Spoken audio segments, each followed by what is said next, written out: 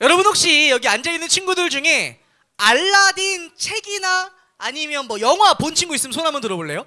우와, 진짜 많이 봤구나. 여러분 알라딘 보면 앞에 보이는 화면 뭐가 나오죠? 그래, 요술램프가 나오잖아요. 이 요술램프를 어떻게 하면 되죠? 그쵸, 비벼야죠. 쓱싹 쓱싹 하면 누가 나와요? 지니가 나와요. 지니가 나와서 뭐 해요? 그래요, 너의 소원을 내가 들어줄게, 말해봐 라고 하잖아요. 그럼 여러분 만약에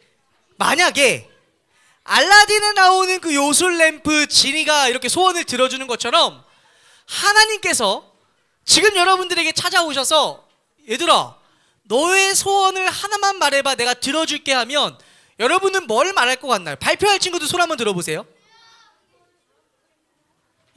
우리 친구, 이매진 선생님 옆에 친구 방금 손 들었다. 내린 거예요? 그러면 이지영 선생님 반에 우리 손 든 친구.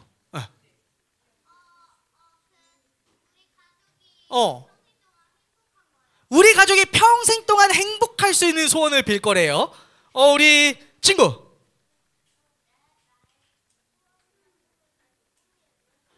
나의 꿈을 이루어줄 수 있도록 해주세요. 우리 남자친구, 우리 친구.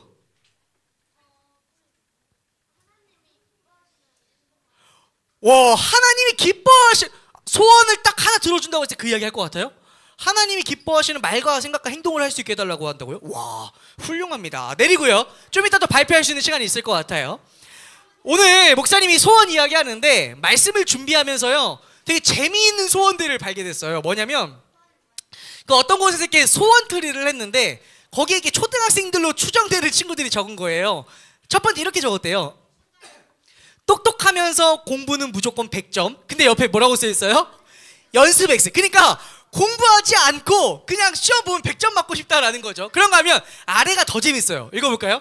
목사님 읽어줄게요. 많이 놀고 자고 먹으면서 엄마는 혼 안 내면 좋겠다. 꼭 이게 이 친구의 소원이란 거예요. 그런가 하면 두 번째 소원은요 사실 목사님이 보고 도통 이해가 되지 않았어요. 아니 도대체 이 소원에 왜 이 소원을 적은 거지? 뭐라고 적었는지 알아요?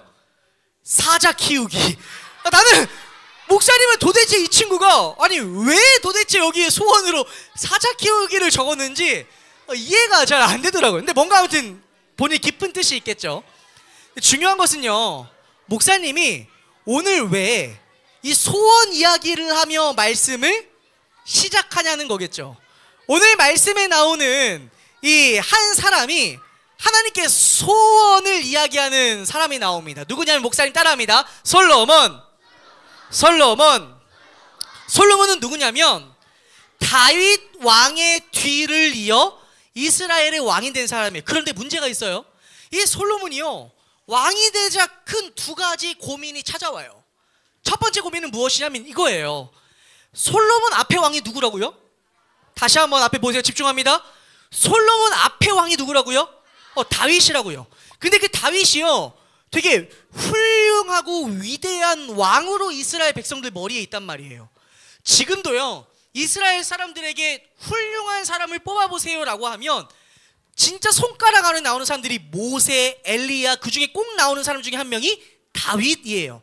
그러다 보니요 지금도 다윗 당하면 되게 훌륭한 왕이야 라고 생각하는데 그럼 이 당시에는 다윗 당하면 얼마나 백성들이 이렇게 더 좋아하고 훌륭한 왕이라고 생각했겠어요. 근데 이 다윗 왕을 이어 누가 왕이 되었다고요? 솔로몬 왕이 되었다고요. 그러면 자연스럽게 이런 생각 들지 않겠어요? 내 아버지 다윗 왕이 이렇게 뛰어나고 위대한 분이었는데 나는 상대적으로 비교가 좀 되는 것 같아. 나는 잘할 수 있을까? 나는 많이 부족할 것 같은데 라는 생각을 이 솔로몬 왕이 했겠죠.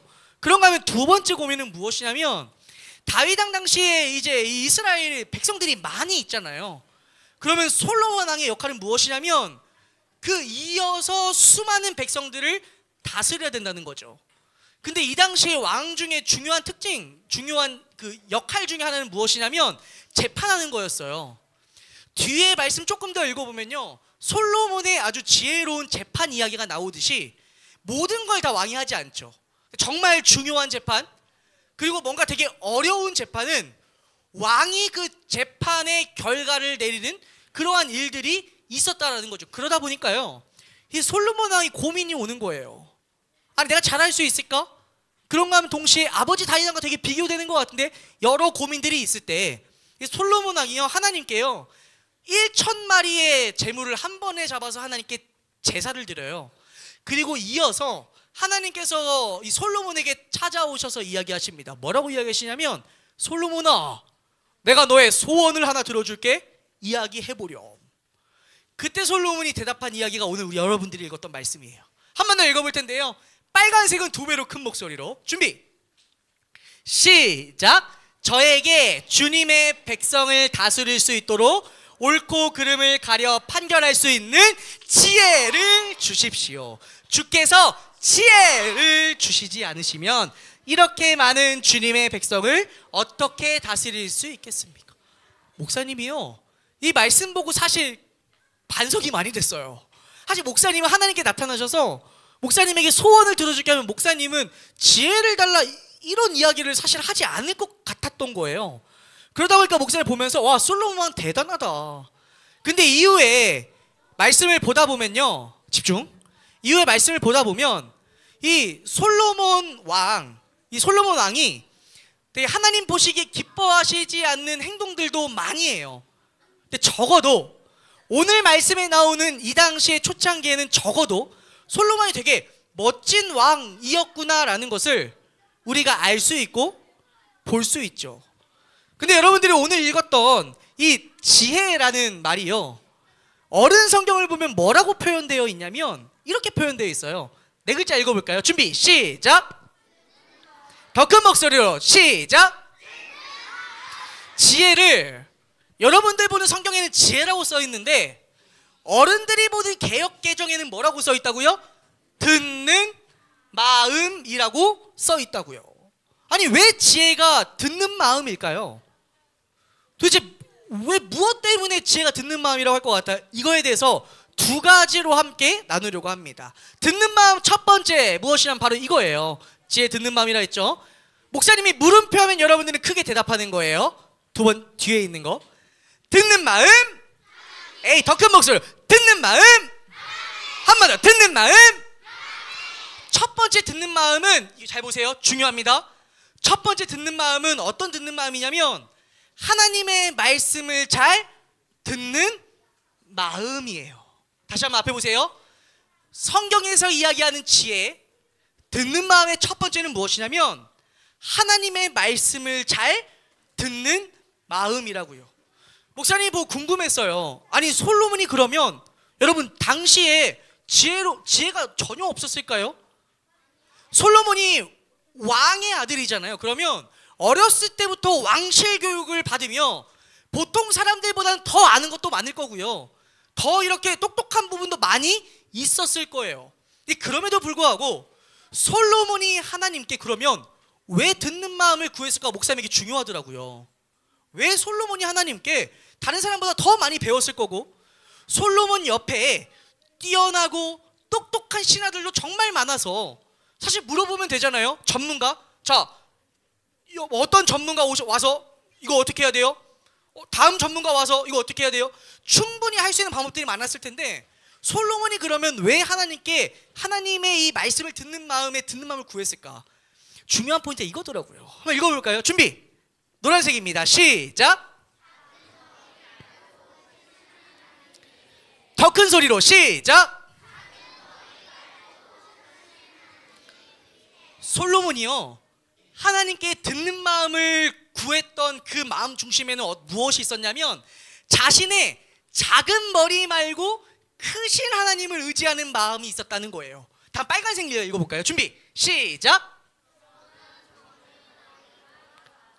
자, 다시 앞에 봅니다. 솔로몬이 뭐라고 하냐면 하나님께 지혜를 구할 때 저는 어린아이와 같다고 해요. 여러분, 솔로몬이 정말 어린아이예요? 응애 어린아이가 아니죠. 그러면 왜 어린아이라고 했냐면 어린아이의 중요한 특징이 있죠. 어린아이는 혼자 살아갈 수 없어요. 자신을 돌보는 부모님을 의지하며 살아가죠. 마찬가지로 솔로몬에게는 무엇이 있었냐면 하나님, 저는 어린아이와 같아서 저의 부모와 같은 저보다 훨씬 뛰어나신 하나님이 계셔야 됩니다. 하나님을 의지해야 됩니다라는 마음이 적어도 솔로몬 왕의 초창기에는 있었다라는 거예요. 우리가 충분히 본받아야 될 모습 중에 하나인 거죠. 솔로몬은 알고 있었던 거예요. 이 세상에 아무리 뛰어난 전문가들, 학자들 솔로몬 왕 옆에 얼마나 수두룩 빽빽 많았겠어요. 왕인데요. 근데 그 사람들과 비교할 수 없이 이 세상에 아무리 똑똑한 사람이 온다 할지라도 그 사람의 머리와는 비교할 수 없이 더 크고 비교할 수 없이 훨씬 더 똑똑하신 그분이 누구냐면 하나님입니다. 이걸 알고 있었기 때문에 이렇게 이야기할 수 있었던 거죠. 그렇게 하나님, 저에게는 하나님의 말씀을 듣는 마음이 필요합니다. 그렇게 우리가 성경 말씀 읽는 거잖아요. 여러분, 어묵하는 거잖아요. 여러분, 6월 말에 6월 마지막 주에 우리 뭐 한다고 했죠? 뭐 한다고 했어요? 어묵 골든벨 한다고 했잖아요. 여러분, 어묵 골든벨 왜 할까요? 목사님이 왜 어묵 골든벨 6월달 해야겠지라고 마음 먹었을까요?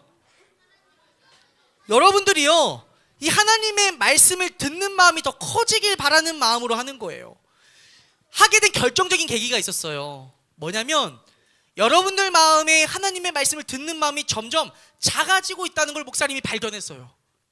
뭘 통해 발견했냐면, 여러분들 어묵해 오면 선생님께 검사 받잖아요. 여러분 출석부에 보면요, 출석부 캡처해 온 거예요. 출석부를 보면 여러분 연초에는 어묵 체크하는 부분에 여러분들이 어묵 일주일에 4, 6회, 1, 3회 체크가 엄청 많은 거예요. 근데 점점 시간이 지날수록 지금 6월달이 되었는데도 6월달이 되었는데 어묵 체크되어 있는 게 되게 많이 확 줄고 있는 모습이 보이더라고요. 목사님이 그러니까 약간 경각심이 든 거예요. 안 되겠다.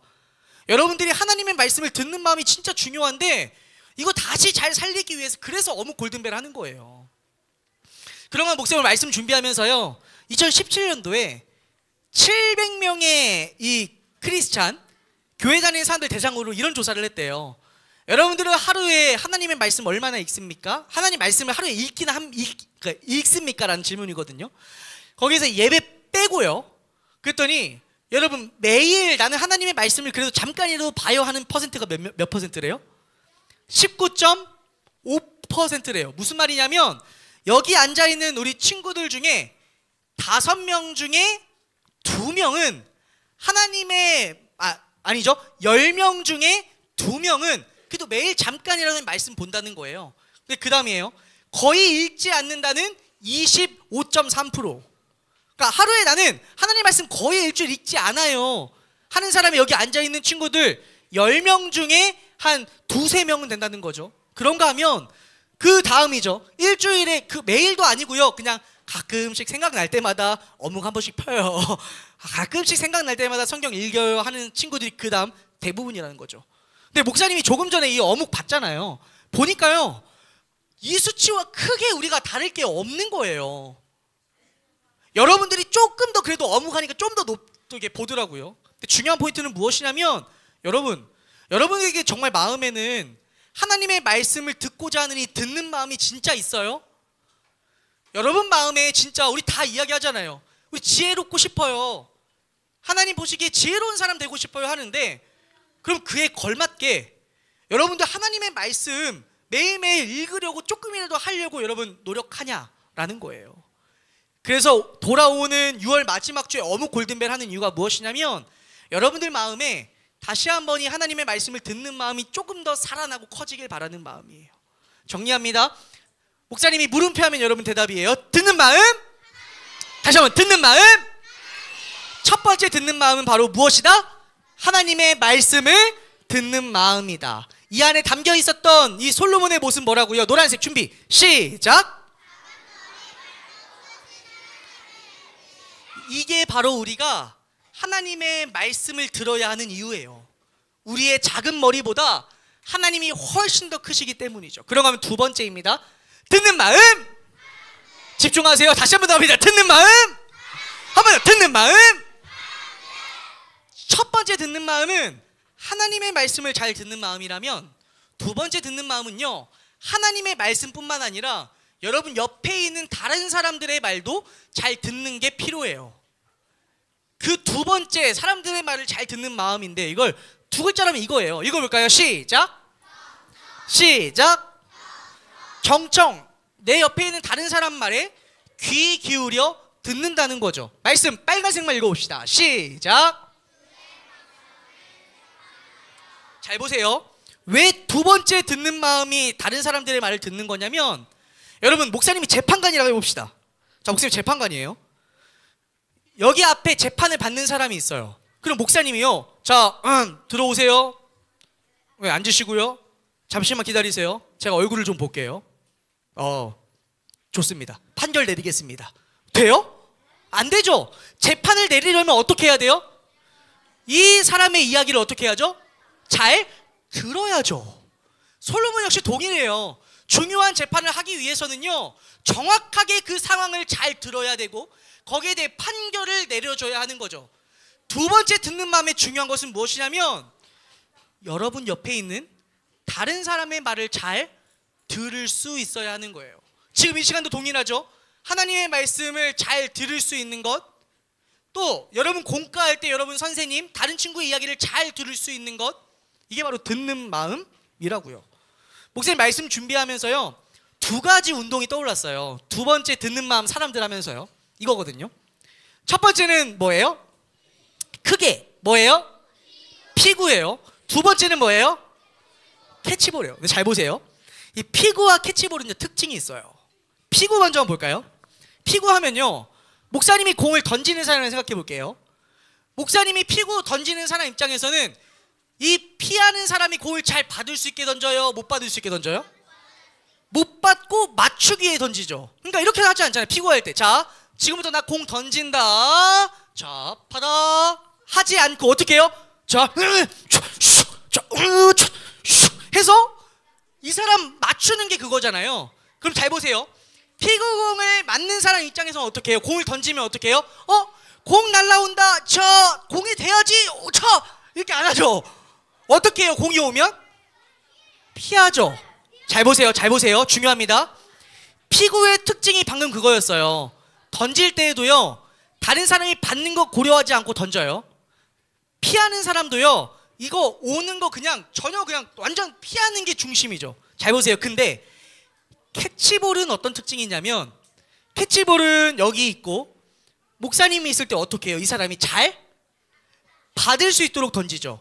그리고 상대편도 어떻게 해요? 그걸 잘 피해요? 아니죠. 잘 어떻게 해요?